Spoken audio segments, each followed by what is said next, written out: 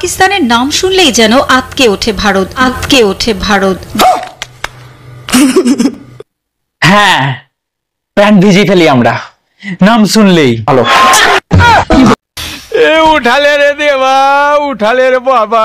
এই গ্রুপে খেলার কথা ভারত, পাকিস্তান, বাংলাদেশ ও নিউজিল্যান্ডের। সবকিছু যখন চূড়ান্ত, তখন আবারও সেই পুরনো অসুখ জেগে বসেছে ভারতের। পুরনো অসুখ?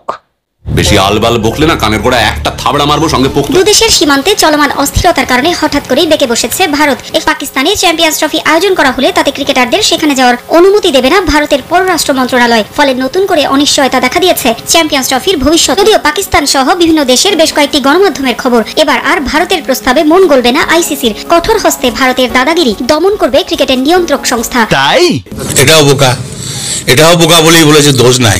দাদাগিরি? দাদাগিরি আমাদের প্লেয়াররা মাঠে দেখায়, মিডিয়াতে বা সোশ্যাল মিডিয়াতে নয়। গণমাধ্যমে আরো খবর বেরিয়েছে, প্রয়োজনে ভারতকে বাদ দিয়ে পাকিস্তানই হবে চ্যাম্পিয়ন্স ট্রফির নবম আসর। এত সস্তা। সেক্ষেত্রে ভারতের পরিবর্তে সুযোগ দেওয়া হবে শ্রীলঙ্কাকে। তবে শেষ পর্যন্ত নিজেদের সিদ্ধান্তে অটল থাকতে পারবে তো আইসিসি? তা নিয়ে রয়েছে প্রশ্ন। কারণ দিন রাত শুধু বাংলাদেশ মিডিয়া ভারত ভারত ভারত, ওদিকে পাকিস্তান ইন্ডিয়া ইন্ডিয়া, উঠতে বসতে ঘুমাতে শুতে স্বপ্ন দেখছে ইন্ডিয়া বয়কটের। ভারত মুছে গেল, ভারত বাদ চলে গেল, ভারত হেরে গেল, দিন রাত স্বপ্ন দেখছে। বলি আপনাদের ভারতের নাম নিয়ে দিন শুরু হয়, ভারতের নাম নিয়ে দিন শেষ হয়। আপনাদের চ্যানেল চলে ভারতের নাম নিয়ে, ভারতের নামে টকশো করে। আপনাদের দেশের রাজনীতি চলে ভারতকে গালি দিয়ে, কিন্তু আমরাও সব পাত্তা দিই না, ভারতও সব পাত্তা দেয় না। বলে কিনা পাকিস্তানের নাম শুনলে আতঙ্কে ভুগে ভারত।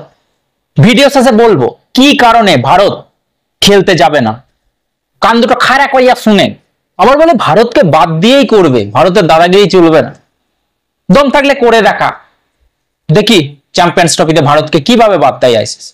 বলি জানলা দিয়ে অন্যের ঘরে উঁকি ঝুঁকি না মেরে নিজের ঘরটা দেখুন কি বলছে আপনাদের প্লেয়াররা, শুনুন। 6টা ম্যাচ খেলেছি, 3টা জিতেছি, 3টা হেরেছি, খুব একটা খারাপ না। 3টে ম্যাচ কম নাকি? 3টে ম্যাচ জিতেছি, 3টে, বিশাল ব্যাপার। এই যে আমরা সুপার 8-এ উঠলাম, এর আগে তো কখনো পারিনি। আমাদের প্ল্যানটা ডিফারেন্ট ছিল যে কিভাবে আমরা ম্যাচটা জিততে পারি। শান্ত তাকে ক্যাপ্টেন্সিটা কি বুঝে দিল? খালি মাইনাস পয়েন্ট দেখলে তো হবে না, এমনি তো মাইনাসেই আছি আমরা।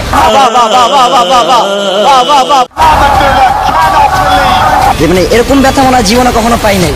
না শোনা গো আমার, কি করে বলো? এই ভাইয়া ঠিকই বলেছে, শুধু নেগেটিভ কভার করলে হবে, নেগেটিভ দিক দেখলে হবে। পজিটিভ কি না, বিরাট কোহলির উইকেট নেওয়ার পরে টি20 ওয়ার্ল্ড কাপে কিভাবে গর্জন দেখেছিলেন বাঘেদের?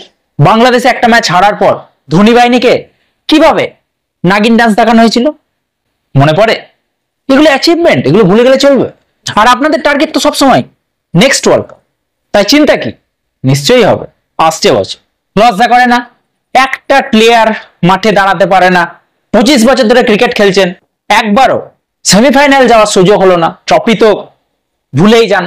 দলের মধ্যে না আছে কোনো ইউনিটি, না আছে আত্মসমালোচনা।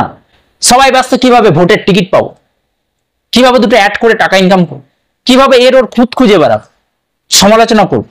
নিজেদের বেটার করার দিকে মনই নাই, টাইম কোথায়? তাই অন্যকে হাঁটতে দেখে এত উচ্ছ্বাস। নিজের দলকে ছেড়ে সবসময় বাবা খুঁজতে বেরোতে হয় এদিক ওদিক।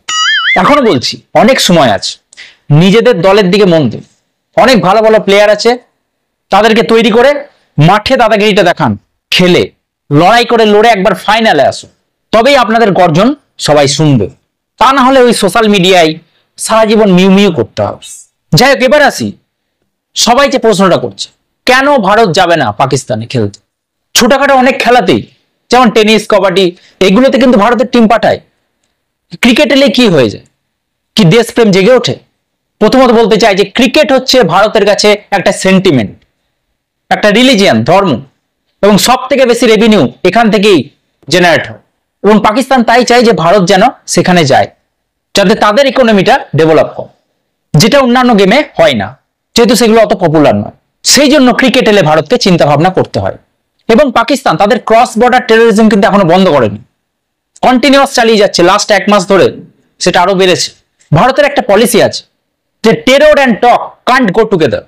আপনি ওদিকে গুলি চালাবেন, আমাদের সেনাবাহিনীদের মারবেন, আর এদিকে আমরা খেলবো, ব্যবসা বাণিজ্য করবো, কথাবার্তা বলবো, এটা একসাথে হবে না। এটা বিজেপি স্ট্যান্ড। এবং এখন না পাকিস্তানের সঙ্গে কোনো কথাবার্তা হয়, না কোনো বিগ লেভেল কোনো ট্রেড হয়, এমনকি হাই কমিশনারও নেই দুই দেশে। তাই এখানে যদি ভারতের টিম চলে যায় তাহলে তো এই কথাটা মিনিংলেস হয়ে যায়। তার মানে ওয়ার্ল্ডের কাছে এই মেসেজটাই যাবে যে পাকিস্তান ভালো হয়ে গেছে, তারা টেরোরিজম বন্ধ করে দিয়েছে, এক ধরনের আমরা তাকে এন্ডোর্স করছি।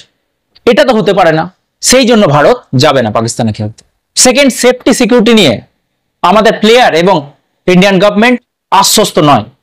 থার্ড হচ্ছে আমরা এখান থেকে প্লেয়ার পাঠাবো, সেখানে খেলা হবে, তারা রেভিনিউ জেনারেট করবে, তারপর সেই দিয়ে অস্ত্র কিনে ভারতের উপরেই আক্রমণ করবে, ভারতের সেনাবাহিনীদেরই শহীদ করবে। এটা আমরা দেশবাসী কোনোভাবেই মেনে নিতে পারবো না। যারা আমাদের দেশের সেনাবাহিনীদের আক্রমণ করছে সেই দেশে গিয়ে আমরা খেলবো না। এইগুলি হচ্ছে রিজন যার জন্য ভারত পাকিস্তানে গিয়ে খেলে না বা খেলবে না। চ্যাম্পিয়ন্স ট্রফি হবে এবং সেটা হাইব্রিড মডেলেই হবে, দুবাই বা শ্রীলঙ্কাতে হবে। 1 মার্চ আমরা অপেক্ষা করছি আবারও পাকিস্তানকে হারানোর জন্য। ভারত কখনো ভয় পেয়ে পালিয়ে আসে না। জিস মিট্টি মে ভি জাতি হ্যায় ঝন্ডা গাড় কে আতি হ্যায়, যেখানেই যাই বিজয় ধ্বজা উড়িয়ে আসে। তো এই ছিল আজকের ভিডিও। বাংলাদেশকে বলবো ভারত বয়কট করে কোনো লাভ নেই, নিজেদের খেলার দিকে মন দেন। দেখা হচ্ছে নতুন ভিডিওর সাথে, ততক্ষণ ভালো থাকবেন, সুস্থ থাকবেন। জয় হিন্দ, শুভরাত্রি।